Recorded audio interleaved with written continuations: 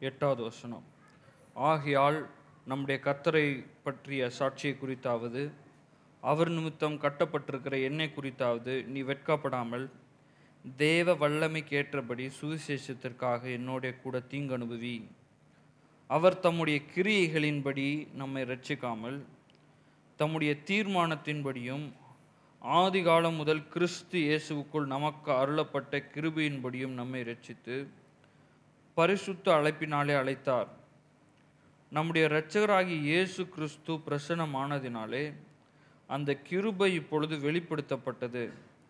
அவர் மரணத்தை பரிகரித்து ஜீவனையும் அழியாமையும் சுவிசேஷத்தினாலே வெளியரங்கமாக்கினார்.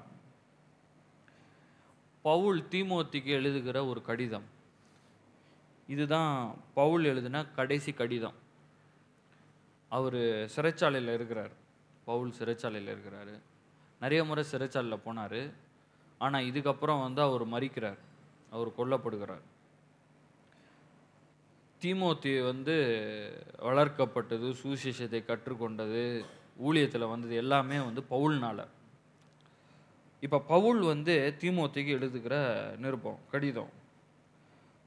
இந்த வசனத்தில் 8ல் பார்த்தீங்கன்னா, நம்முடைய கர்த்தரை பற்றிய சாட்சியை குறித்தாவது அவர் நிமித்தம் கட்டப்பட்டிருக்கிற என்னை குறித்தாவது நீ வெட்கப்படாமல் அப்படின்னு போட்டிருக்கு. என்னன்னா, இந்த வசனத்திலிருந்து நம்மளுக்கு என்ன தெரியுதுன்னா, தீமோத்தியோ வெட்கப்படுறார். எதை குறித்து வெட்கப்படுறாருன்னா, பவுல் படுகிற கஷ்டத்தை குறித்து வெட்கப்படுறார். என்ன ஒரு சுவிசேஷத்தெல்லாம் பிரசங்கம் பண்ணுறாரு, இயேசு உனக்கு அதை பண்ணுவார் இதை பண்ணுவார்னு சொன்னார், நல்லது பண்ணுவார்னாரு. இப்போ அவரே போய் ஜெயிலில் மாட்டிக்கிட்டு உட்காந்துருக்கிறாரு. என்ன சுவிசேஷம் இது அப்படின்னு சொல்லிட்டு பயம். இப்போ இந்த நீரோன்னு ஒரு ராஜா இருந்தான் அந்த காலத்தில், மோசமானவன். அவன் வேற இருக்கிறான், கொன்றுவான். என்னைக்கு கொல்லுவான்னு தெரியாது. சிறைச்சாலையில் பவுல் இருக்காரு, என்னைக்கு கொல்லுவான்னு தெரியாது. இவர் போயிட்டா என்ன பண்ணுறது? யார் இந்த ஊழியத்தை செய்வா? யார் இந்த சபைகளெல்லாம் என்ன பண்ணுவாங்க? என்ன ஆகும்?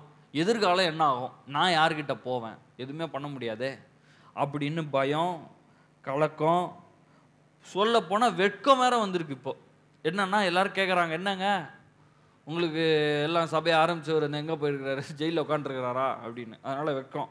ஆனால் பவுல் சொல்கிறாரு, நீ வெட்கப்படாமல் தேவ வல்லமைக்கேற்றபடி சுவிசேஷத்திற்காக என்னோட கூட தீங்கு அனுபவி. அப்போ இவர் என்ன பண்ணியிருக்கணும்? ஒருவேளை நம்மளா இருந்தால் என்ன எழுதியிருப்போம்? நம்ம இருக்கிறோம், ஜெயிலில் உட்காந்துருக்கிறோம், நம்மளை சார்ந்து நம்ம ஆரம்பித்து வச்ச காரியங்கள்லாம் இருக்கிற. வெளியே என்ன எழுதுவோம்? நீ கவலைப்படாத. இல்லை, அவர் நம்பி இருக்கிறார். இப்போ தீமோத்தி இருக்காரு, பவுலை பற்றி நினைச்சிட்டு இருக்கிறார். நம்ம போய் என்ன சொல்லுவோம் தீமோத்திக்கு? கவலைப்படாதப்பா, எல்லாம் சரியாயிரும். அப்படி தான் இருக்கும். வாழ்க்கைன்னா அப்படி தான், கஷ்டமாக தான் இருக்கும், போகும், கஷ்டம்லாம் போகும். நீ எப்படியாவது அதை என்ன பண்ண, அட்ஜஸ்ட் பண்ணிக்கோ, எப்படியாவது கொஞ்சம் கோப்பப் பண்ணிக்கோ. நீ என்ன பண்ணி இந்த கஷ்டத்தை தாங்கிக்கோ, சகிச்சுக்கோ, தாக்கு பிடிச்சிக்கோ. கொஞ்ச நாளில் அப்படியே உனக்கே பழகிரும், உனக்கே பழகி எல்லாம் சரியாயிரும் அப்படின்னு. ஆனால் பவுல் அப்படிலாம் சொல்லவே இல்லை. 9:10 சொல்கிறாரு, பயங்கரமான காரியத்தை சொல்கிறார். அதுதான் இன்னைக்கு பார்க்க போகிறோம். பவுல் இருக்கிறது சிறைச்சாலை. என்னைக்கு சாவாருன்னு தெரியாது, கொல்ல போகிறாங்க. சுவிசேஷத்தை நிமித்தமாக கொல்ல போகிறாங்க பவுல.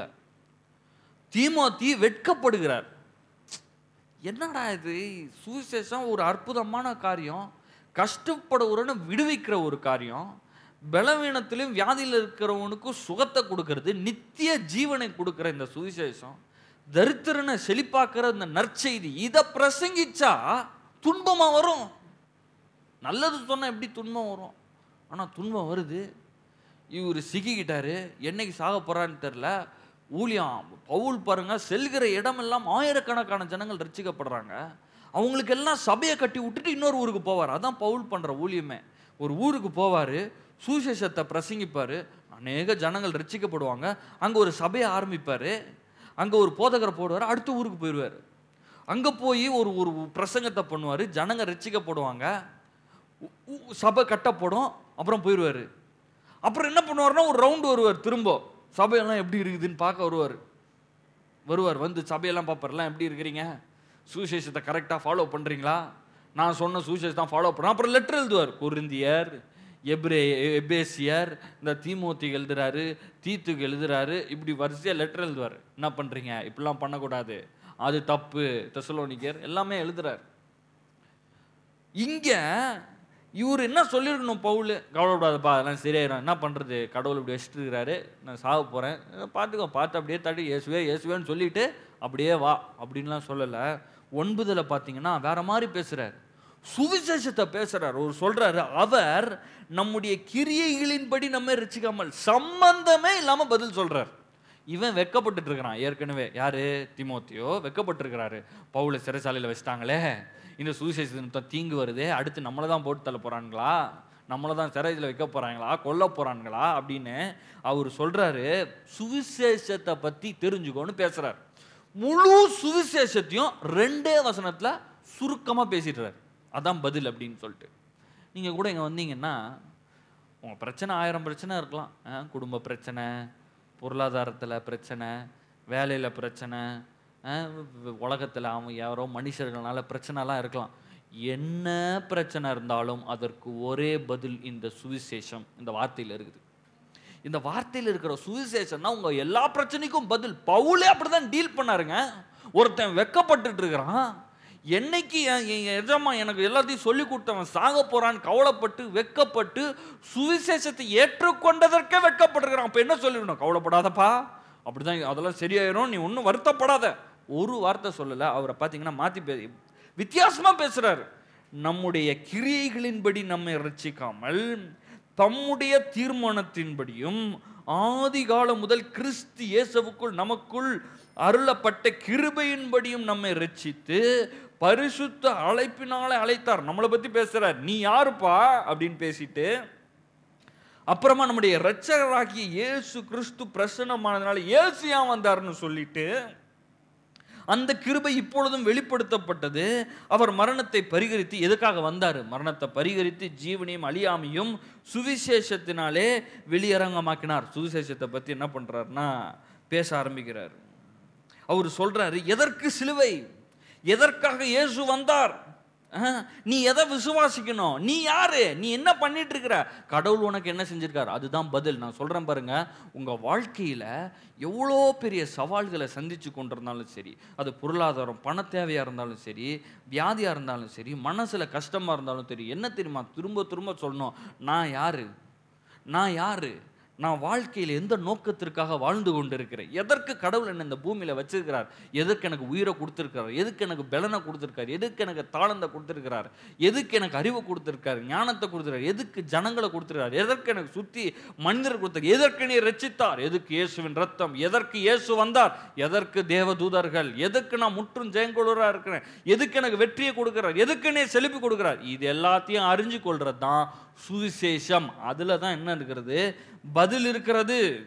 அப்போ ஒவ்வொரு தேவையா இருக்கலாம், ஆனா ஒரே ஒரு பதில், அதுதான் சுவிசேஷம். பவுல் சொல்றாரு,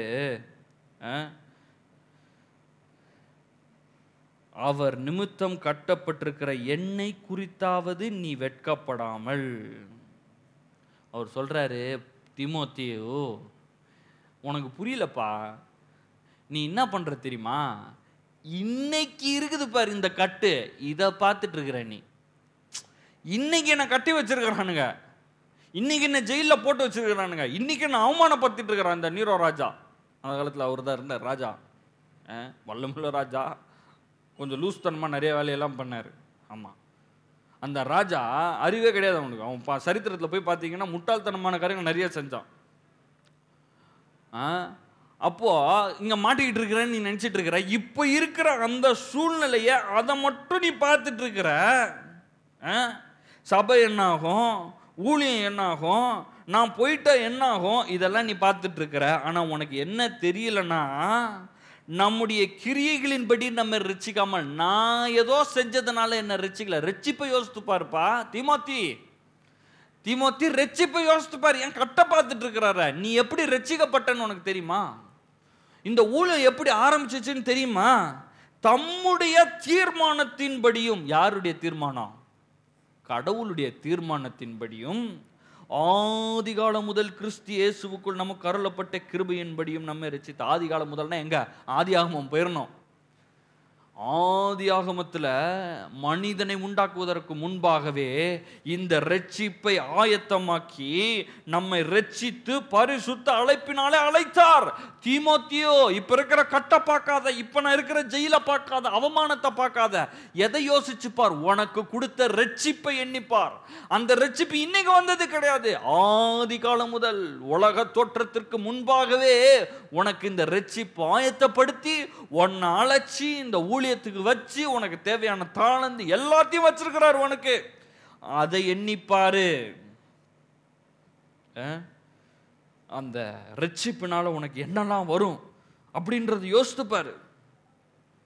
இந்த பில்டிங் எல்லாம் வீடுலாம் கட்டுறாங்க பார்த்தீங்களா? வீடு கட்ட போனீங்கன்னா பிளான் போடுவாங்கல்ல.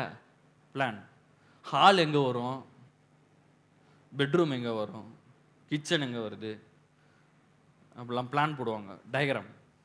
நிறைய நேரங்களில் அது புரியவும் செய்யாது. ஆனால் இப்போல்லாம் வந்து பயங்கரமான இதெல்லாம் வந்துருச்சு. 3Dலாம் வந்துருச்சு. ஒரு டிவியில் அப்படியே போட்டு காட்டுவாங்க. இதுதாங்க உங்கள் கதவு, அப்படியே அந்த கதவு திறக்கும்.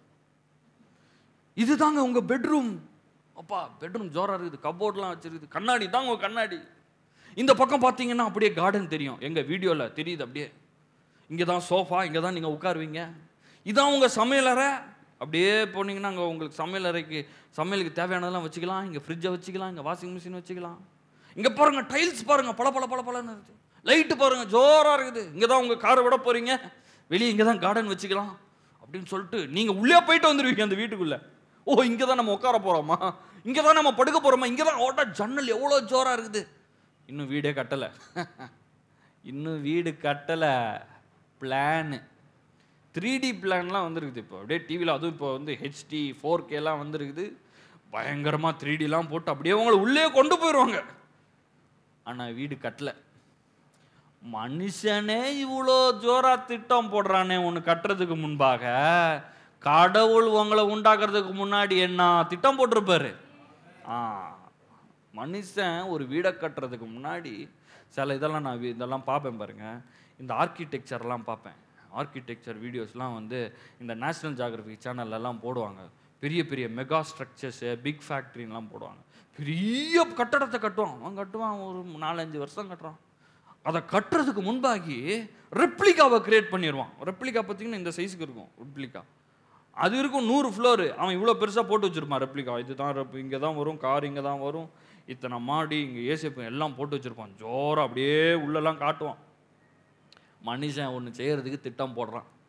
சர்வலோகத்தையும் படைத்த தேவன் உங்களையும் என்னை உண்டாக்கும் போது பெரிய திட்டத்தை உண்டு பண்ணினார். மனுஷன் பாவம் பண்ணுவான்னு தெரியும், விழுவான்னு தெரியும், அதற்கு தேவையான பதிலையும் ஆயத்தமாக்கி விட்டார். ஆகையினால சொல்கிறேன், உங்கள் எதிர்காலத்தை குறித்தாவது உங்கள் பிரச்சனையை குறித்தாவது எண்ணாதிருங்கள், வெட்கப்படாதீங்க. அதான் சொல்றா தீமோத்திகிட்ட, வெட்கப்படாத தீமோத்தி, இப்ப இருக்கிற கட்ட பார்க்காத. ஏதோ பிரச்சனையாகி போயிடுச்சு, என்னை ஜெயில பிடிச்சி வச்சுட்டாங்க, அவ்வளோதான் எல்லாமே முடிஞ்சு போச்சுன்னு நினைக்காத. உன்னுடைய ரட்சிப்பை எண்ணிப்பாரு. ரட்சிப்பை கடவுள் எவ்வளோ நாளுக்கு முன்பாகவே ஆயத்தமாக்கி வைத்திருக்கிறார். நீ நினச்சிட்டு இருக்கிற கடவுளுக்கு உன் பிரச்சனை தெரியாது. அப்போ உனக்கு பெரிய பிரச்சனை ஆயிடுச்சு. மிகாவேல் இங்க பாரு, தீமோத்திக்கு பாரு எவ்வளோ பெரிய பிரச்சனை வந்திருக்குது. ஐயோ கேப்ரியல் இங்க வா, சீக்கிரம் வா, ஸ்பீடா வா, அப்படிலாம் சொல்ல போறது கிடையாது. உன் ரட்சிப்பை ஆயத்தமாக்கிட்டாரு. அப்பயே இந்த பிரச்சனைக்கு தேவையான பதிலையும் ஆயத்தமாக்கி வைத்திருக்கிறார். ஆகையினால் உன் ரட்சிப்பை எண்ணிப்பார். ரட்சிப்பு அது வந்து ஒரு பேக்கேஜ். அந்த ரட்சிப்புல எல்லாமே அடங்கியிருக்கு. உன் வெற்றி, உன் சுகம், உன் செழிப்பு, உன் ஐஸ்வர்யம், உன் நன்மை எல்லாமே அடங்கி இருக்கிறது. அதை எண்ணிப்பார் சொல்றாரு பவுல். கடவுளுக்கு எல்லாம் தெரியும், உனக்கு இன்னைக்கு தான் தெரியுது. ஆனால் 100 வருஷம் கழிச்சு இந்த சுவிசேஷம் எங்கே பரவ போகிறது?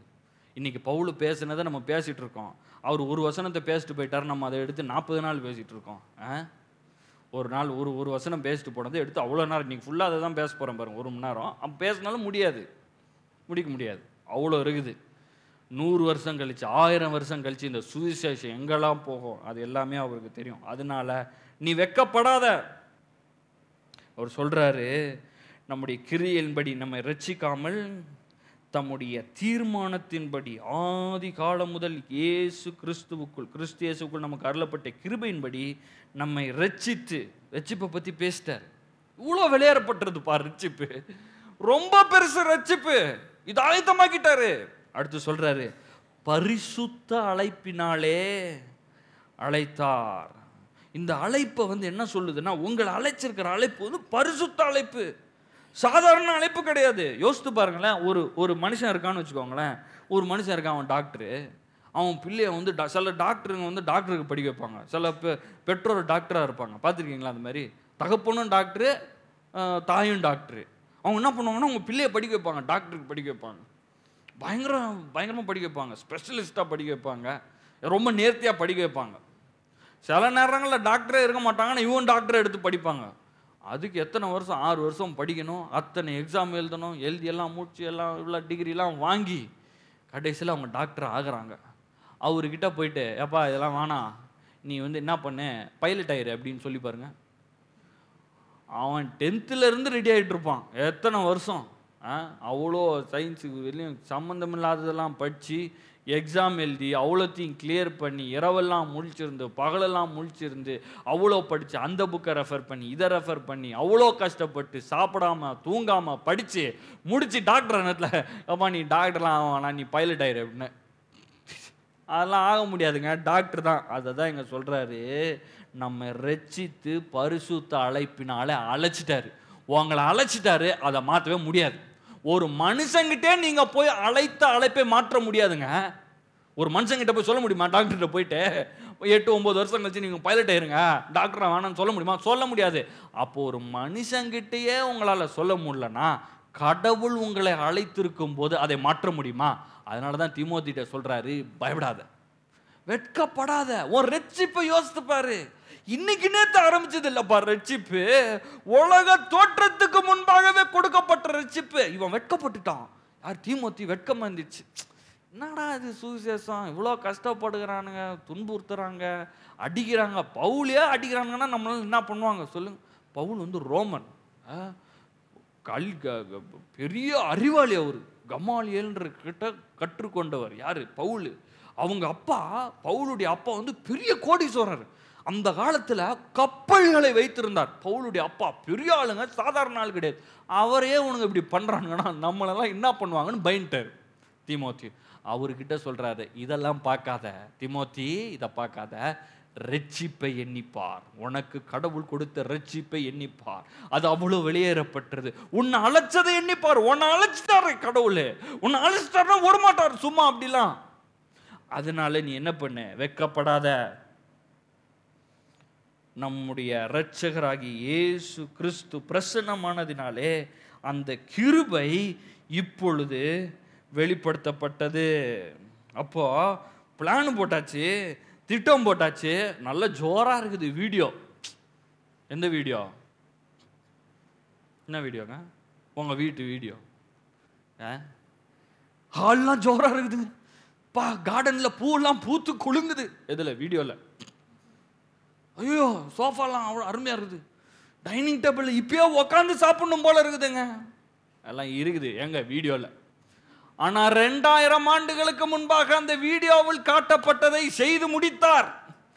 ஆதி காலம் முதல் ஆதாம உண்டாக்குறதுக்கு முன்னாடி திட்டம் போட்டார்ல, எப்படி நான் ரட்சிப்பை உண்டு பண்ணுவேன், எப்படி நான் என்ன எல்லாம் பண்ணுவேன், மனுஷனுக்காக எதை செய்வேன், நான் வருவேன், மரிப்பேன், 3ஆம் நாள் உயிர் தெழுவேன்னு திட்டம் போட்டார்ல உலக தோற்றத்துக்கு முன்பாக. அதை 2000 ஆண்டுகளுக்கு முன்பாக வந்து நிறைவேற்றினார். அதுதான் சொல்லுது, நம்முடைய இரட்சகராகி இயேசு கிறிஸ்து பிரசன்னமானதினாலே அந்த கிருபை இப்பொழுது வெளிப்பட்டது. அந்த ரட்சிப்பு வெளிப்பட்டுச்சு, உங்களுடைய அழைப்பு வெளிப்பட்டுச்சு. இனிமேல் கடவுள் செய்ய போறது இல்லைங்க. 2000 ஆண்டுகளுக்கு முன்பாகவே உங்களை அழைத்தார், உங்களை ரட்சித்தார். தீமோத்திக்கு சொல்ற, உன்னை ரட்சித்தாருப்பா, உன்னை அழைச்சிட்டாருப்பா, அதனாலதான் நீ வெட்கப்படாத. என்ன முடிச்சாரு? சரி, அடுத்துதான் இப்பதான் நம்ம பாயிண்ட்டுக்கே வரோம். என்ன பண்ணாரு? வந்துட்டாரு, எல்லாம் ஓகே. அடுத்து என்ன சொல்றாரு பாருங்க. இப்பொழுது வெளிப்படுத்தப்பட்டது, அவர் மரணத்தை பரிகரித்து அதாவது மரணத்தை போக்கி ஜீவனையும் அழியாமையும் கொடுத்தார். இந்த வசனம் என்ன சொல்லுதுன்னா, மரணத்தை பரிகரித்துனா நம்ம பரிகரம் தமிழ் இதா இருக்குல்ல, சிம்பிளான தமிழ், மரணத்தை போயிட்டார், நீக்கிட்டார். மரணத்தை நீக்கி ஜீவனையும் அழியாமையும் கொடுத்து விட்டார். அதுதான்.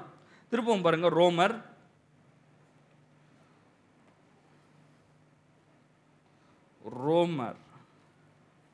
5:12 எப்படி மரணம் வந்துச்சு? இப்படியாக ஒரே மனுஷனாலே பாவமும் பாவத்தினாலே மரணமும் உலகத்திலே பிரவேசித்தது போலவும் எல்லா மனுஷரும் பாவம் செய்தபடியால் மரணம் எல்லாருக்கும் வந்தது போலவும் இதுவாயிற்று. எப்படி வருது மரணம்? கடவுள் உண்டாக்கல. கடவுளை உண்டாக்குனார் மரணத்தை. இருக்கிறீங்களா இல்லையா? இருக்கீங்களா? மரணத்தை யார் உண்டாக்குனா? நிறைய பேர் நினைச்சுக்கிறாங்க கடவுள் தான் மரணத்தை உண்டாக்குனார், கடவுள் எடுத்துட்டு போறார். கடவுள் எடுத்தார் சொல்லிட்டா? கடவுள் 2 பேரை எடுத்தார். யார் சொல்லுங்க? எலியா, ஏனோக்கு. ஏசு அப்புறமா ஏசு எடுத்தார் தான். எலியா, ஏனோக்கு எப்படி எடுத்தாரு? அடிச்சு எடுத்தாரா? உயிரோடே தூக்கிட்டார் அப்படியே. அதுதான் கடவுள் எடுக்கிறது. மரணத்தை கடவுள் உண்டாக்கல. சொல்றேன் அது அடுத்து. மரணம் எப்படி வந்துச்சுன்னா, ஒரே மனுஷனாலே பாவமும். யார் ஒரே மனுஷன்? நம்ம ஆதாம் தாத்தா. நம்ம ஆதாம் தாத்தா தான் முதல் மனுஷன். அந்த ஒரே ஒரு மனுஷனால பாவம் வந்துச்சு. பாவம் வந்ததே யாருனால? ஆதாம்னால. அந்த பாவத்தினாலே மரணமும் உலகத்திலே பிரவேசித்தது. மரணம் அப்போ உலகத்தில் வந்ததுக்கு காரணமே ஆதாம் செய்த பாவம். அப்போ பாவத்தினால தான் மனுஷனுக்கு மரணம் வந்துச்சு. கடவுள் உண்டாக்கும் போது உலகத்தை உண்டாக்கி எதையுமே அழியிற வண்ணமாக உண்டாக்கவே இல்லை. எதையுமே அழியிற மாதிரி உண்டாக்கல. கடைசியில் மனுஷனை உண்டாக்குனார். மனுஷனை உண்டாக்கி அவருடைய சாயலாகவே உண்டாக்கினார்.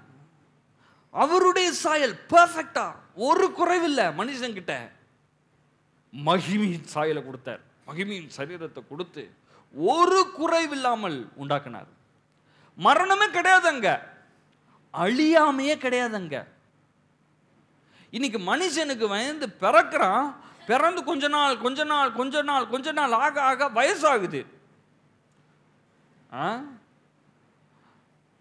அவனை பார்க்கும் போதே அவனுக்கு வயசாயிருச்சுன்னு சொல்றாங்க. கரெக்டா சொல்றாங்க. 90 வயசு ஆளை பார்த்தா எப்படி தெரியுது? அவர் அப்படியே ரொம்ப ஸ்ட்ராங்கா இருந்தாலும் 70 வயசு மாதிரி தெரியுது. 100 வயசுல இருக்கிறாரு, ரொம்ப ஸ்ட்ராங்கா இருக்கிறாரு, எக்ஸசைஸ்லாம் பண்ணி ஃபிட்டா பாடியை வச்சுக்கிறாரு, முடியெல்லாம் இருக்குதுன்னா கூட ஒரு 80 வயசுன்னு காட்டுது, இல்லை 70 வயசுன்னு காட்டுது. அது எப்படி வந்துச்சு? அந்த மாதிரி கடவுள் உண்டாக்கலைங்க. பழமையாக்கக்கூடிய அழியக்கூடிய சரீரமாக கடவுள் மனிதனை உண்டாக்கவில்லை. எப்படி வந்துச்சுன்னா, அது மனிதன் பாவத்தினாலே தான் அது என்ன பண்ணா கொண்டு வந்தான். தாவீது சொல்றான், சங்கீதக்காரன் சொல்றான், மனுஷனை நினைப்பதற்கு அவன் எம்மாத்திரம். நீ மனுஷனை எப்பயுமே எண்ணிட்டு இருக்கிற. ஆங்கிலத்தில் வருது, you are mindful of him. நீ மனுஷனே யோசிச்சுன்னு இருக்கிறியா? அவன் அவ்வளோ பெரிய ஆளாவன். இந்த பூமியில் இருக்கிற எல்லாவற்றையும் அவனுடைய பாதங்களுக்கு கீழ்ப்படுத்தினீர் அப்படின்னு போட்டிருக்குது. கடவுள் எல்லாத்தையும் உண்டாக்கி, இந்த உலகத்துல எல்லாத்தையும் உண்டாக்கிட்டு மனுஷனை வச்சுட்டு மனுஷங்கிட்ட சொல்றார், இது எல்லாம் ஒன்றுதான், எதுவுமே ஒன்னை ஆளுகை செய்யாது, எல்லாவற்றையும் நீ ஆண்டு கொள்ளுவாய். கடவுள் உனக்கு சொல்றாரு, எல்லாத்தையும் உண்டாக்கிட்டு எதுவுமே ஒன்ன ஆளுகை செய்யாதுப்பா, எல்லாமே உனக்கு கீழே, எல்லாவற்றையும் உன் காலு கீழ் வைக்கிறேன் அப்படின்றார். இது சங்கீதக்காரன் சொல்றான், அவ்வளோ பெரிய ஆளா மனுஷன், கடவுள் அவ்வளோ பெரிய ஆளவா உண்டாக்கி இருக்கிறார் அப்படின்னு சொல்லி வியக்கிறார். இவ்வளோத்தையும் உண்டாக்கி பார்த்தீங்கன்னா பாவம் ஆயிடுச்சு. ஆனால் கூட கடவுள் ஆசீர்வதிக்கிறாரு பாருங்க. ஆபிரகாமை கூப்பிட்டு ஆசீர்வதிக்கிறாரு. நீ கீழே இருக்க மாட்டாய், மேலா இருப்பாய்ன்றார். ஏன் தெரியுமா? பாவத்தினும் அவன் கீழே ஆயிட்டான், குறுகி போயிட்டான். கை வச்சா வாய்க்க மாட்டேங்குது. நிறைய காரியம் உன்னை செய்யணுன்றான், செய்ய முடியல. மனுஷன் அவனை எதிர்த்து வைக்கிறான், மனுஷனே உனக்கு எதிர்த்து வந்து உன்னை அடிக்கிறான், கொல்றான். அதனால தான் சொல்றாரு, உனக்கு முன்பாக ஒருவனும் எதிர்த்து நிற்பதில்லைன்னு இஸ்ரவேல் ஜனங்கள்கிட்ட சொல்றாரு. மோசே கையை தூக்கி அப்படி கோலை அப்படி நீட்டுறாரு, சிவந்த சமுத்திரம் பிளக்குது. பிளச்சா? பிளந்துருச்சு. யோசுவா சூரியனையும் சந்திரனும் பார்த்து, ஏய் நான் சண்டை போட்டு வெயிட் பண்ணு அப்படின்னோன்னா அது நிற்கிது, சூரியனும் சந்திரனும். மனுஷன் சொல்றதுக்கு எல்லாமே அடிப்பணியுது. மனுஷன் அவ்வளோ வல்லமையாக உண்டாக்குனார். எப்போ? இதெல்லாம் பாவத்துக்கு அப்புறமா. அப்போ பாவத்திற்கு முன்பாக எவ்வளோ ஜோரம் இருந்திருப்பான் அவன். ஆனால் அந்த பாவத்து நிமித்தமாக எல்லாத்தையுமே அவன் இழந்துட்டான். எப்படி வந்துச்சு? பிசாசுனால வந்துச்சு. நீங்கள் பார்த்தீங்கன்னா ஆதாம் கிட்ட கடவுள் சொல்கிறாரு, எப்பா நீ ஒரே ஒரு பழம் இருக்குது, அதை மட்டும் சாப்பிடாத, ஆயிரக்கணக்கான பழங்கள் இருக்குது, அது எல்லாத்தையும் சாப்பிடும். நம்மன்னா என்ன பண்ணிருப்போம்? நம்ம என்ன பண்ணுவோம்? எப்பா இங்கே பாரு, அந்த ஒரு பழம் இருக்குது பாரு, அது மட்டும் சாப்பிட்டு அமைதியாக கப் சுப்புன்னு உட்காரணும், புரிதா? அதெல்லாம் தொடக்கூடாது, அப்படி தானே சொல்லுவோம். அதெல்லாம் எதையும் தொடக்கூடாது. ஆண்டவர் பாருங்க எவ்வளோ அன்புள்ளவர். எல்லாத்தையும் சாப்பிடு, என்ன வேணா சாப்பிடுப்பா, நீ என்ன வேணா சாப்பிடு, எவ்வளோ வேணா சாப்பிடு, அந்த ஒரு பழத்தை சாப்பிடாத, சாப்பிட்றாத. என்ன அர்த்தம்னா அந்த பழத்தில் ஒன்றும் மகிமை கிடையாது. என்ன ஆச்சு? பழத்தை சாப்பிட்டு ஒன்றும் ஆகலை. என்ன தெரியுமா? இந்த பழத்தை நீ சாப்பிடாத வரைக்கும் நான் தான் கடவுள். இந்த பழத்தை சாப்பிடாதன்னு சொன்னேன்ல, அது வரைக்கும் நான் உனக்கு கடவுளாக இருக்கேன், நீ என்னை நம்புறன்னு அர்த்தம். இந்த பழத்தை சாப்பிட்டுட்டேன்னா என்னை நம்பலைன்னு அர்த்தம். இந்த பழத்தை சாப்பிட்டுட்டேன்னா நான் உனக்கு கடவுளே இல்லைன்னு அர்த்தம். நான் சொல்றதை நீ கேட்க மாட்டேன்னு அர்த்தம். அதுதான் சொன்னாரு, நீ இதை சாப்பிடுகிற நாளில் சாவாய் அப்படின்னாரு. எப்பா நீ சாப்பிட்றாத, நீ சாகக்கூடாது, உன்னை சாகுற மாதிரி நான் உண்டாக்கல, சாவே கிடையாதுங்க, நீ சாப்பிடாத. கரெக்டா வரான் பிசாசு,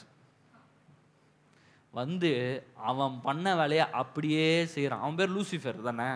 என்ன பண்ணிட்டு இருந்தான்? பரலோகத்துல தேவதூதனா இருந்தான், ஒரு கூட்டத்துக்கு தலைவனா இருந்தா ஆராதிச்சுக்கிட்டே இருந்தான். ஒரு நாள் என்ன ஆயிடுச்சு? மேட்டுமை பூச்சி போயிடுச்சு. இது என்ன இவரை போய் ஆராதிச்சுட்டு இருக்கிறது, நம்ம போய் நேராக சிங்காசனத்தில் உட்காந்து இவங்களெல்லாம் நான் நம்மளை ஆராதிக்க வைப்போன்னு நினைச்சான், தோப்புன்னு கீழே விழுந்துட்டான். அப்படியே த சேம் எக்ஸாக்ட் திங் அதையே போய் ஆதாம்கிட்ட சொல்றான், நீ தேவனாய் மாறி விடுவாய். எதுக்குப்பா உனக்கு கடவுள்? நீ போய் பழுத்து சாப்பிட்டுரு, நீயே தேவனாயிருவ. அவர் சொல்றது என்னத்த நீ கேட்டுக்கிட்டு என்னப்பா நீ இப்படி இருக்கிற? போய் நீ சாப்பிடு. அவர் என்ன கடவுள் உனக்கு? உனக்கு எதுக்கு கடவுள்? உனக்கு தான் எல்லாம் இருக்குது, எல்லாமே இருக்குதா? இது ஒரு பழத்தை தானே சாப்பிடல, சாப்பிட்டு நீயும் கடவுளா மாறிடுவ. முட்டாள், அறிவே கிடையாது சுத்தமா. இந்த ஆதாமுக்கும் அறிவு கிடையாது, ஏவாளுக்கும் அறிவு கிடையாது. என்ன பாருங்க, கடவுள் எல்லாத்தையும் கொடுத்துட்டு நான் தான் உனக்கு கடவுள்னு சொல்லியிருக்கிறாரு. இவன் சொல்றான் உனக்கு கடவுளே வேணாம், உனக்கு கடவுள் வேணாம். அங்க பண்ணா பாருங்கள், பரலோகத்தில் பண்ண அதே காரியத்தை இங்கே பண்ணி காட்டுறான் ஆதாம் கிட்ட. நீ சாப்பிட்டு நீ கடவுளாயிரலாம். போச்சு, சாப்பிட்டான், போச்சு, எல்லாமே போயிடுச்சு. சாப்பிட்ட அந்த நாளிலே எல்லாவற்றையும் இழந்தான், எல்லாத்தையுமே இழந்தான்.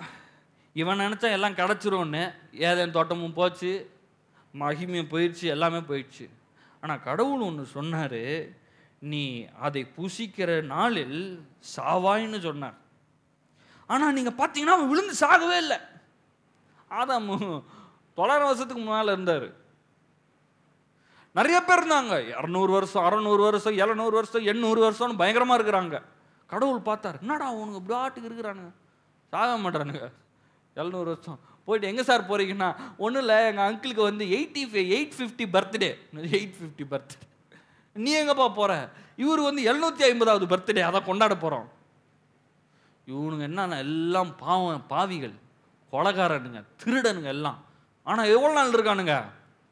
900 வருஷம். யோசித்து பாருங்க, இவனுங்க 100 வயசு 90 வயசு இருக்கிற திருடனே தாங்க முடியல, 900 வருஷம் திருடிட்டு இருக்கிறான்னா என்ன பண்ணுறது? உலகமே தாங்கிக்காது. 800 வருஷம் கொலை பண்ணுறான்னு என்ன பண்ணுறது சொல்லுங்க? இவன் 80 வருஷம் இருந்து இவன் பாதி கொலை பண்ணி பாதி நாள் ஜெயிலில் இருந்து அவன் அட்டகாசம் தாங்க முடியல. 800 வருஷம் இந்த பூமியிலேருந்து கொலை பண்ணுறான்னு என்ன பண்ணுறது? அதனால தான் ஆண்டவர் பார்த்தாரு, எப்பா நீ ரொம்ப நாள் இருந்து பூமியை நாசி ஆக்கிடுவ, 120 அப்படின்னு சொல்லிட்டு ஒரு லைனை போட்டு விட்டார். முடிஞ்சு போச்சு அங்கே. அதான் 120. ஆனால் மரணம்னு அன்னைக்கு வந்துச்சுல, அது என்ன மரணம் தெரியுமா? ஆவிக்குரிய மரணம். அவன் டக்குன்னு பொட்டுன்னு விழுந்து சாகலை, அது வேற. பழத்தை சாப்பிட்டோன்னே பொட்டுன்னு போகலை. ஆவி ஆத்துமா சரீரம்ல மனுஷன். இயற்கை மரணம்னா என்ன தெரியுமா? இயற்கை மரணம்னா ஒன்றும் கிடையாதுங்க. சரீரத்தை கடவுள் மண்ணுனால உண்டாகினார். அவருடைய சுவாசத்தை உள்ள வச்சார். ஆவி அதான் ஆகுது, அதை சாக அடிக்க முடியாது.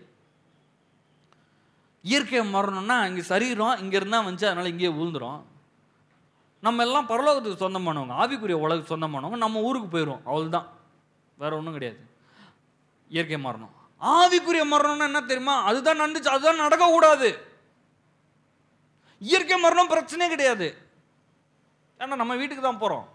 ஆவிக்குரிய மரணம் என்ன தெரியுமா? கடவுளுக்கும் மனிதனுக்கும் இருக்கிற உறவு அறுபட்டது.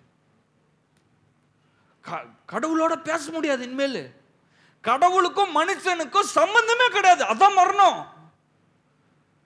இயற்கை மரணம் பிரச்சனையே கிடையாது, நித்தியமா கடவுள் கூட தான் இருக்க போறோம். ஆனா ஆவிக்குரிய மரணம் என்ன தெரியுமா? துண்டிக்கப்பட்டது. கடவுளுக்கும் மனிதனுக்கும் சம்பந்தமே இல்லை. ரொம்ப கொடூரமானதுங்க அது. அதனாலதான் முள்ளு முளைக்க ஆரம்பிச்சிச்சு, வலி வந்துச்சு, வேதனை வந்துச்சு, வேர்வை வந்துச்சு, கஷ்டம் வந்துச்சு, தரித்திரம் எல்லாமே வந்துச்சு இந்த உலகத்துல. ஏன்? கடவுளுக்கும் மனிதனுக்கும் உள்ள உறவு அறுபட்டு போனது. எல்லாம் அவன் அந்த பழத்தை சாப்பிட்டதுனால பாவம் வந்துச்சு. பாவம் வந்ததுனால மரணம் வந்துடுச்சு. மனுஷனுக்கும் கடவுளுக்குள்ள உறவு அறுபட்டு போனது. ஒரே மனுஷன், அவன் செஞ்ச பாவம், அதனால இது நடந்தது. அப்போ இப்போ இது ஒரு பெரிய சவாலா மாறிடுச்சு மனுஷனுக்கு. ஆவிக்கும் கடவுளுக்கும் மனிதனுக்கும் உள்ள உறவு அடிபட்டு போயிடுச்சு. இப்போ என்ன ஆயிடுச்சுன்னா அழியாமை வந்து விட்டது. புரியுதுங்களா? அழியாமை சரீரத்தில் அழியிற மாதிரி உண்டாக்கல. இன்றைக்கும் சயின்டிஸ்ட்லாம் ஆராய்ஞ்சிட்டே இருக்கிறாங்க, உடம்பெல்லாம் ஆராய்கிறாங்க. இங்கே இருக்கிற செல்ஸு இதெல்லாமே புதுசாக ஆகிட்டே இருக்குது, கிரியேட் ஆகிட்டே இருக்குது. எத்தனையோ செல்ஸ் டெய்லி டிஸ்ட்ராய் ஆகுது, டெய்லி கிரியேட் ஆகுது. உங்கள் ஹார்ட்டு, உங்கள் லங்ஸு, உங்கள் கிட்னி எல்லாமே அழியிற மாதிரியே உண்டாக்கப்படல, அதுவாக புதுசாகிற மாதிரி உண்டாக்கப்பட்டிருக்குது. ஆனால் அதை புடிச்சு வைக்கவே முடியல, அதை அழியாமல் வைக்கவே முடியல. ஆனால் அது உண்டாக்கப்பட்டது, அழியாமைக்காக உண்டாக்கப்பட்டிருக்குது, ஆனால் அழியுது, அதான் கண்டுபிடிக்கவே முடியல. அதான் இங்கே வேதத்தில் இருக்குது. ஏன்? பாவம், உலகத்தில் பாவம் வந்ததுனால அழியாமல் பிடிச்சிக்கிச்சு சரீரத்தில், அதனால தான் அழியுது. மரணம் அதனால தான் நேரிடுகிறது. அதனால தான் இங்கே போட்டிருக்கிறாரு, அவர் மரணத்தை பரிகரித்து ஜீவனையும் அழியாமையும் சுவிசேஷத்தினாலே வெளியரங்கமாக்கினார். மனுஷன் இன்னைக்கு எவ்வளவோ கண்டுபிடிச்சிட்டான். சயின்ஸ் அண்ட் டெக்னாலஜிலாம் பயங்கரமாக முன்னேறிச்சு. பக்கத்து கிரகத்துக்கெல்லாம் போகிறோம், பூமியெல்லாம் சுற்றி முடிச்சுட்டு நீ பக்கத்து கிரகத்துக்கெல்லாம் போகிறோம். இப்போ 3க்கெல்லாம் போகிறாங்க, 3க்கெல்லாம் டிக்கெட் தராங்களாம். நம்ம கூட 3க்கெல்லாம் வாங்கி டிக்கெட் வாங்கிட்டு போகலாம். நான்லாம் போய் பார்க்க போகிறேன் சந்திரனில் என்னெல்லாம் இருக்குது. அதுக்கு தானே கொடுக்குறாங்க, போகிறதுக்கு தான் கொடுக்குறாங்க, அதனால் நம்மளை வாங்கி பார்க்க போகிறோம். இவ்வளோத்தையும் கண்டுபிடிச்சிட்டான். ஆனால் உயிரை பிடிச்சி வைக்க முடியாது. அதனால் மரணத்தை தடை செய்ய முடியவே முடியாது. எவ்வளோ ஒரு பெரிய பணக்காரரு என்ன சொல்கிறாருன்னா, அவருக்கு ஏதோ வியாதி வந்துடுச்சு.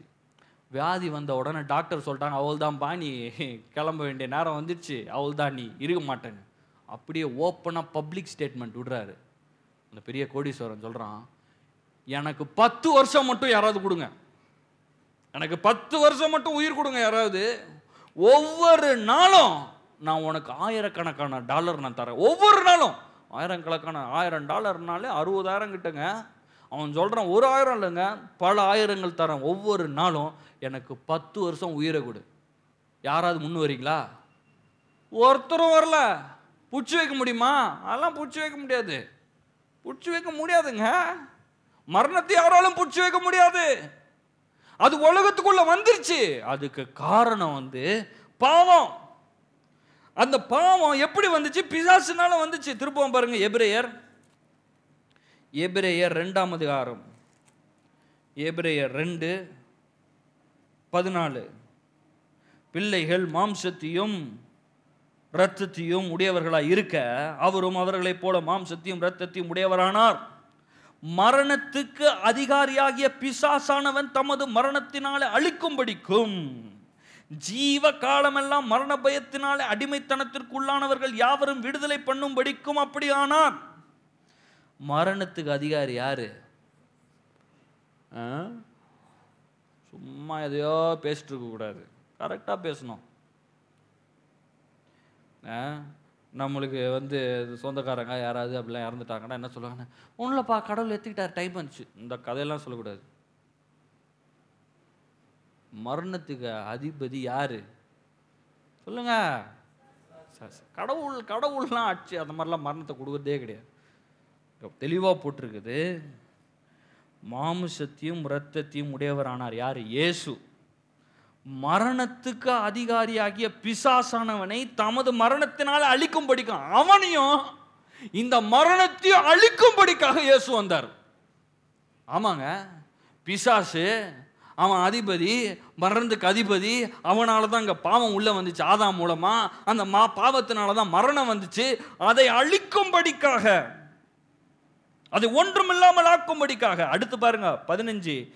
ஜீவ காலமெல்லாம் இந்த மனுஷன் பூமியில வாழ்றப்பெல்லாம் மரண பயம். மனுஷனுக்கு மரண பயம்.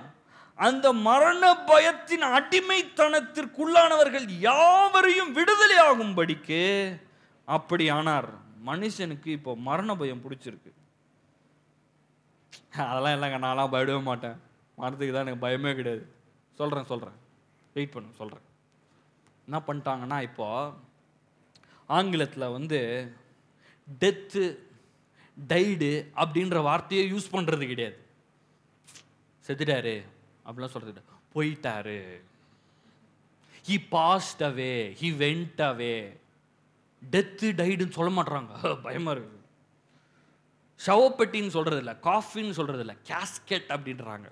வெளியேற பெற்ற பொருட்களை வைக்கக்கூடிய ஒரு பெட்டி, சவப்பெட்டி. அது பயமா இருக்குது அவங்களுக்கு, சவப்பெட்டிலாம். சாவுன்ற வார்த்தையே அவங்களுக்கு கேட்கறதுக்கு முடியல.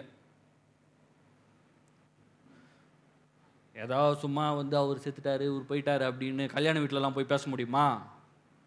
சொல்லுங்க, பேச முடியுமா? தோழிச்சு போடுவாங்க. எங்க என்ன பேச்சு பேசிட்டு இருக்கிறேன்? நல்ல நேரம் நடக்குது, நல்ல காரியம் நடக்கிறப்ப சாவையா பேசுவாங்க? இல்லைங்க, அவர் போயிட்டாரு, எல்லாம் பேசாது. ஆனால் உங்களுக்கு ஒன்று தெரியுமா? கொஞ்ச நேரத்துக்கு முன்பாக அந்த கணவனும் மனைவியும் சேர்ந்து மரணம் நம்மளை பிரிக்கும் வரைக்கும், இப்போதான் சொன்னீங்க மரணம்னு, சொன்னீங்களா இல்லையா? சொல்லிடுறீங்களா இல்லையா? கல்யாணம் பண்ணுற எல்லாரும் சொல்கிறது தான். கிறிஸ்தவங்கள ஊரில் இருக்கிற எல்லாரும் சொல்லுவாங்க, மரணம் நம்மை பிரிக்கும் வரைக்கும். இப்போதான் மரணத்தை பற்றி பேசுனீங்க, அப்போ என்ன பண்ணீங்க? சொல்ல மாட்டீங்களா? வாயை திறந்து சொல்லலைன்னா கல்யாணம் முடியாது, முடிக்க விட மாட்டாங்க, சொல்லி தான் ஆகணும். இப்போ மனுஷனுக்கு என்னன்னா மரண பயம். இல்லைங்க, நான் அந்த மாதிரிலாம் கிடையாது, நான் சாவப்பட்டின்னு சொல்லுவேன், செத்துட்டாருன்னு சொல்லுவேன், அதெல்லாம் பிரச்சனை கிடையாது. சொல்லிட்டா? அதாவது என்னன்னாங்க, நம்ம போகிறதுக்குள்ள ஏதாவது ஒன்று நல்லது செஞ்சிடணும்ல. எங்கே போகிறீங்க? பயம், மரண பயம். அதாங்க சொல்லிட்டே இருக்கிறேன், என் பொண்ணுக்கிட்ட கல்யாணம் பண்ணிக்கோ, போகிறதுக்குள்ள நல்லது பண்ணலான்னு. மரண பயம். என் பையன்கிட்ட சொன்னப்பா, பேரான ஒன்று பெற்றி கொடுப்பா, பார்த்துட்டு நிம்மதியாக சந்தோஷமாக இருப்பான்ல. மரண பயம். அதான் இங்கே போட்டிருக்குது, ஜீவ காலம் எல்லாம் மரண பயத்தினால ஆட்கொண்டு இருக்கிறான் மனுஷன். சும்மா வெளியே சொல்லலாம், அதெல்லாம் இல்லைங்க நான் பயப்படுறது இல்லைங்க, ஐயோ நான் இதெல்லாம் பயப்படுறது இல்லைன்னு. ஃபுல்லாக மரண பயத்தினாலே மனுஷன் நிரம்பி இருக்கிறான். மனிதனுடைய பெரிய சவாலாக இந்த மரணம் மாறிவிட்டது. இந்த மரணத்தை ஒண்ணுமே தடை செய்யவே முடியாது எவனாலையும். ஆனால் இயேசு எதற்காக வந்தார்? இங்க பாத்தீங்கன்னா போட்டிருக்க, அவர் மரணத்தை பரிகரித்து மரணத்தை பரிகரித்துனா என்னன்னா, மரணத்தை அழித்து, ஆங்கிலத்தில் போட்டிருக்குது he demolished death. அதை ஒன்றுமில்லாமல் ஆக்கினார். மரணத்தை அழித்து விட்டார். அழித்துட்டு அடுத்து இன்னொன்னு பண்றாரு, ஜீவனையும் இழக்க செய்தார். அந்த பிரச்சனை மனிதனுடைய இன்னைக்கு பெரிய பிரச்சனையே பயம்தான்.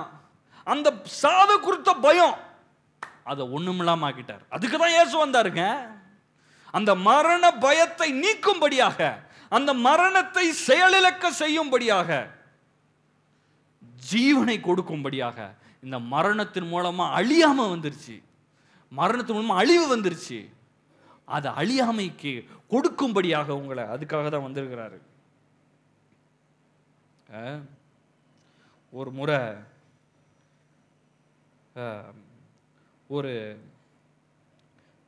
ஒரு நபர் வந்து இந்த இன்சூரன்ஸ் போடுறவர் ஒருத்தரை பார்த்துக்கிறார் பாருங்க.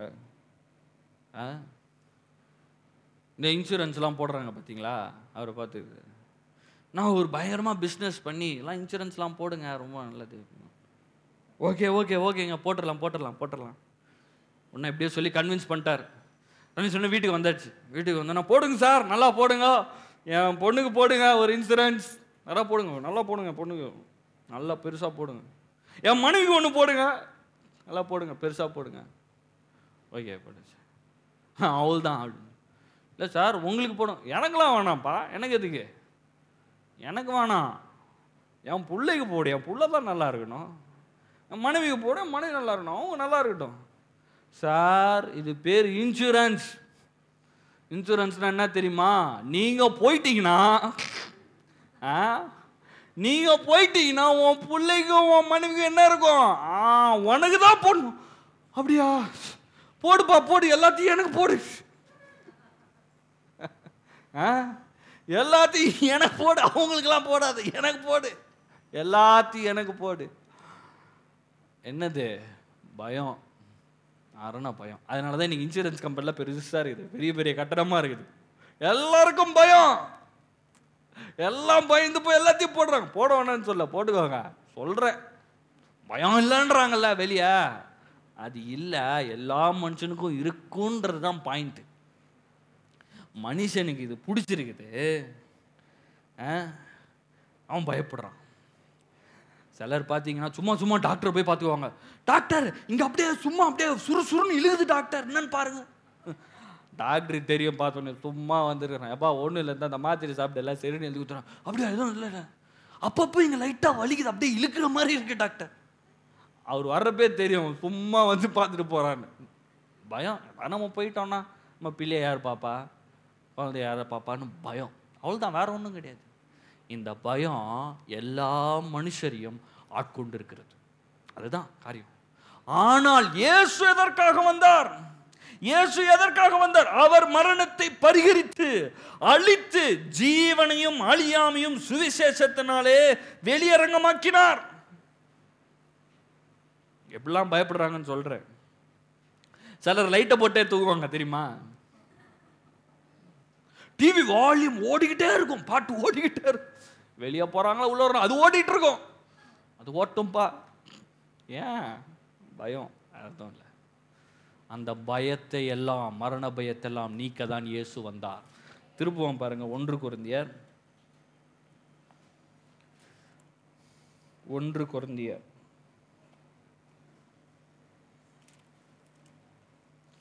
15.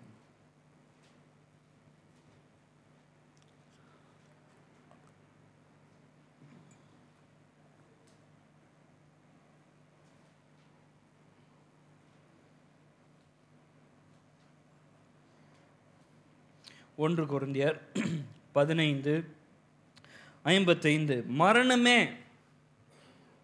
உன் கூர் எங்கே, பாதாளமே உன் ஜெயம் எங்கே? மரணத்தின் கூர் பாவம், பாவத்தின் பலன் நியாயப்பிரமாணம். மரணத்தை ரொம்ப கஷ்டமா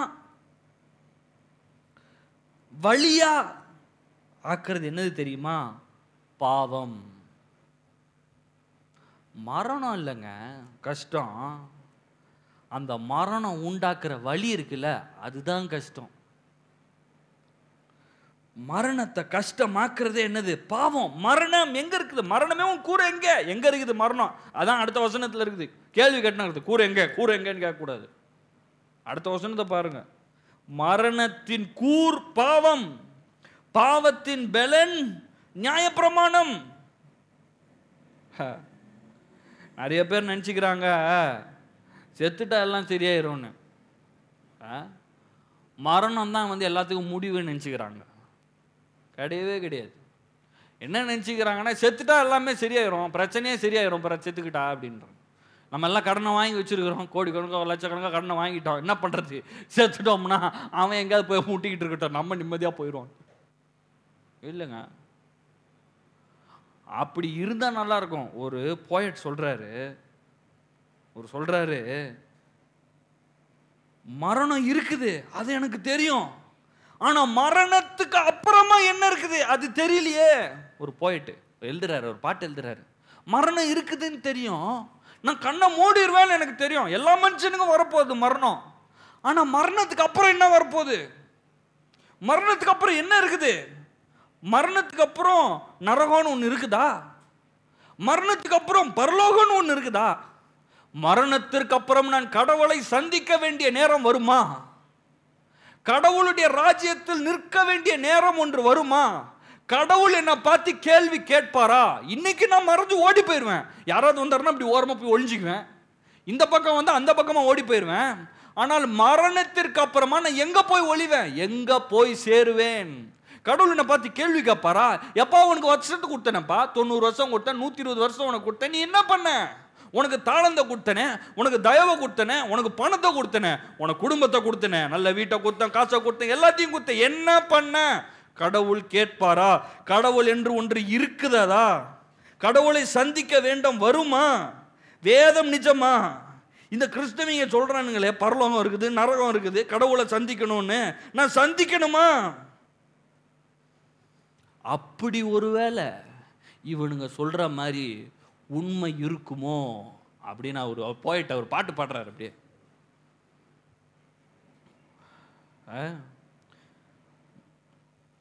மரணத்தின் கூர் பாவம், மரணத்தின் கூர் பாவம்ன்றதுனால மரணத்திற்கு அப்புறமாவும் இந்த பாவம் தொடரும். அதான் கூறு. மரணமே உன் கூறு எங்கே, பாதாளமே உன் ஜெயம் எங்கன்னு போட்டிருக்கு. மரணத்தின் கூர் பாவம்னு போட்டிருக்குது. இங்க கண்ணை மூடினா அடுத்த நிமிஷம் கண்ணை திறக்கிறப்போ பாவம் கூட தான் இருக்கும். அதான் பயம், இங்க பிரச்சனையே அதான் பிரச்சனை. இங்கே முடியறது கிடையாது.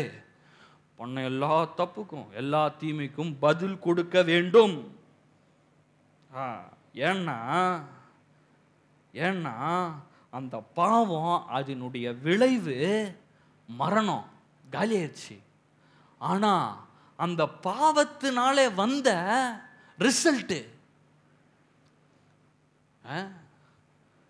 அதுக்குனால வர்றது எல்லாம் அது கூடயே இருக்குது.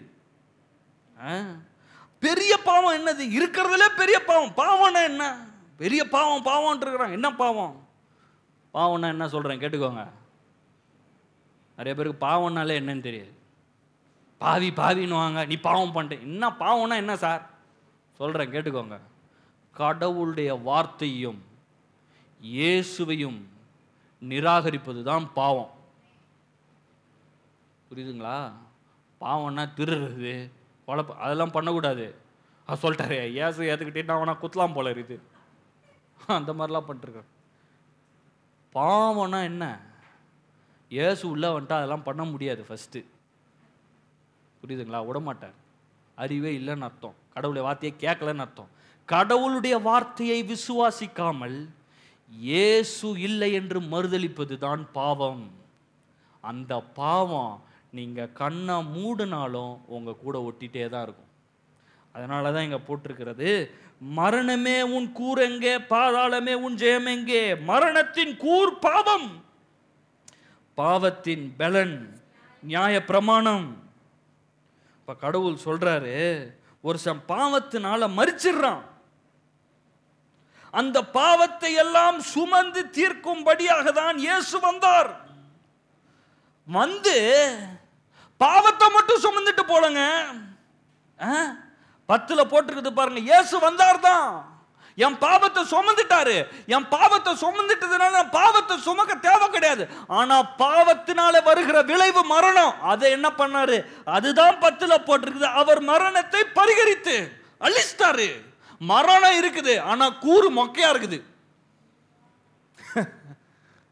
மரணம் இருக்குது சார், வழி இல்லை, மொக்கையா இருக்குது மரணம். மரணமே உன் கூறு எங்க? என்ன கூறு? கூரே இல்லை, மொக்க. வழி இல்லை. எப்போ? உங்கள் பாவம் மன்னிக்கப்பட்டிருக்கும் போது. இயேசுவை உங்கள் சொந்த இரட்சகராக நீங்கள் ஏற்றிருந்தால் இன்றைக்கு நான் சொல்லுகிறேன், மரண பயம் இருக்க வேண்டிய அவசியமே கிடையாது. ஒரு நிமிஷம் கூட மரணத்துக்கு பயப்படுவேன். நான் இங்க கண்ணை மூட்டேன்னா அடுத்த நிமிஷம் அங்க ஏசப்பா இருக்கிறாரு, பார்ப்பேன் அவரை. ஒரு நிமிஷம் நான் பயப்பட வேணாம். ஆனா இயேசு இல்லாத ஒரு வாழ்க்கை, நான் இயேசுவே ஏற்றுக்கல, ரட்சிப்பே இல்லைன்னு வச்சுக்கோங்க, அவன் தான் பயப்படணும். ஏன்னா மரணத்துக்கு கூறு இருக்குது, அது வலிய கொடுக்கும். பாவத்தினாலே வந்த மரணம், அந்த மரணம் நித்தியமான மரணம், கடவுளையும் மனிதனையும் பிரித்தது. அது கூடயே ஒட்டிட்டு இருக்குது. இவன் கண்ணை மூட்டான், ஆனா கடவுள் முன்பாக நிற்கும் போது அவனுடைய பாவம் எல்லாம் இருக்குது, கூடயே இருக்குது. ஆனா நீங்க ரட்சிக்கப்பட்டு விட்டீர்கள் என்றால், இயேசுவை உங்கள் சொந்த ரட்சகராக ஏற்றுக்கொண்டீர்கள் என்றால், நான் சொல்லுகிறேன், இங்க கண்ணை மூடி அந்த பக்கம் போய் கண்ணை திறக்கிறப்போ புது புக்கு. உங்களுடைய எந்த பாவத்தையும் எந்த அக்கிரமத்தையும் கடவுள் நினைப்பதில்லை. எவ்வளோ பெரிய தப்பு நீங்க பண்ணிட்டு வந்திருக்கலாம், இயேசுவை சொந்த ரட்சகராக ஏற்றுக்கொண்டது நிமித்தமாக, அவருடைய இரத்தத்தினால கழுவப்பட்டதுனால அந்த பாவத்தை கடவுள் எண்ணுவதில்லை. அவரே யோசித்து பார்க்கறது இல்லை, உங்களுக்கும் யோசனை வராது. அதனாலதான் மோசமா இந்த பிசாசு உண்டாக்குன மரணத்தையே கடவுள் நன்மையா மாட்டி விட்டார். அப்ப இயற்கையா ஒருத்தர் மரணம் ஆகிறப்போ ஒன்றும் பெரிய பிரச்சனையே கிடையாது. திருப்புவோம் பாருங்க, 1 தெசலோனிக்கேயர்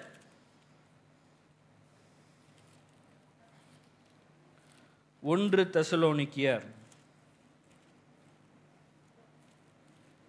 4:13.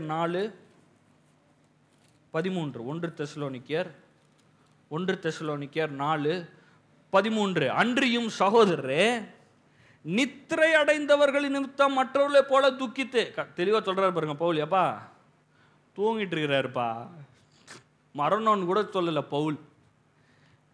ரட்சிக்கப்பட்டவர்கள் மரிக்கும் போது சொல்றாரு, தூங்கிட்டு இருக்கிறவங்கள நம்பிக்கையற்றவர்களாக துக்கித்து அறிவில்லாத இருக்க எனக்கு மனதில்லை. நைட்டு தூங்க போறீங்க, என்ன பண்ண போறீங்க? நைட்டு அவள் தான் நம்ம தூங்கிட்டு இனிமேல் எந்திரிக்கவே மாட்டோம், நான் தூங்க போறீங்க. இட்லி மாவெல்லாம் ரெடியாக இருக்குது, காலைல எழுந்துச்சு இட்லி ஊற்றுறதுக்கு. சுடு தண்ணியெல்லாம் எல்லாம் ரெடியாக வச்சு எந்திரிச்சோன்னா பற்ற வைக்கணும். ட்ரெஸ் எல்லாம் எடுத்து ரெடியாக வச்சுட்டு வேலைக்கு போகிறதுக்கு எல்லாம் ரெடியாக இருக்குது. எப்பா காலைல அலாரம்லாம் செட் பண்ணிருக்கீங்க. 5 மணிக்கு எந்திரிக்கிறோம், 5:30 இட்லியை ஊற்றுறோம், 6 மணிக்கு சாப்பிட்றோம், 7 மணிக்கு கிளம்பி போகிறோம், பஸ் 7 மணிக்கு நிற்கணும். அப்படி தானே தூங்குறீங்க? அப்படியே தூங்கிட்டு அப்படியே போகிறோமான தூங்குறீங்க? எல்லாம் ரெடியாக வச்சுட்டு தூங்குறீங்க. எப்பா காலைல வந்துடுவேன்ப்பா, 8 மணிக்கெலாம் வந்துடு சொல்கிறீங்க. அதை தான் போட்டிருக்குது, நித்திரை அடைந்தவர்கள் நிமித்தம். அதாவது தூங்கிட்டு இருக்கிறவங்க, கிறிஸ்தவர்கள் மரிக்கும் போது தூங்கிட்டு இருக்கிறாங்க. மற்றவர்களை போல துக்கித்து அறிவில்லாத இருக்க எனக்கு மனதில்லை. 14. இயேசுவானவர் மரித்த பின்பு எழுத்தார் என்று விசுவாசிக்கிறோமே, அப்படியே இயேசுவுக்குள் நித்திரை அடைந்தவர்களையும் தேவன் அவரோட கூட கொண்டு வருவார். பாருங்க, இயேசு மரிக்கும் போது அவருக்கு மாமிசமும் சரீரம் இருந்துச்சு. ஆனா அவர் மரித்து உயிரோடு எழும்பின உடனே மகிமையின் சரீரம் வந்துருச்சு அவருக்கு. சரீரம் இல்லாம ஆவியிலே சுத்திட்டு இருந்தாரா இயேசு? தோமா கிட்ட சொல்றாரு, தோமா வா, இந்த கையை ஓட்டர் இருக்குது பார், கையை விட்டு பார், ஆட்டிப்பார்.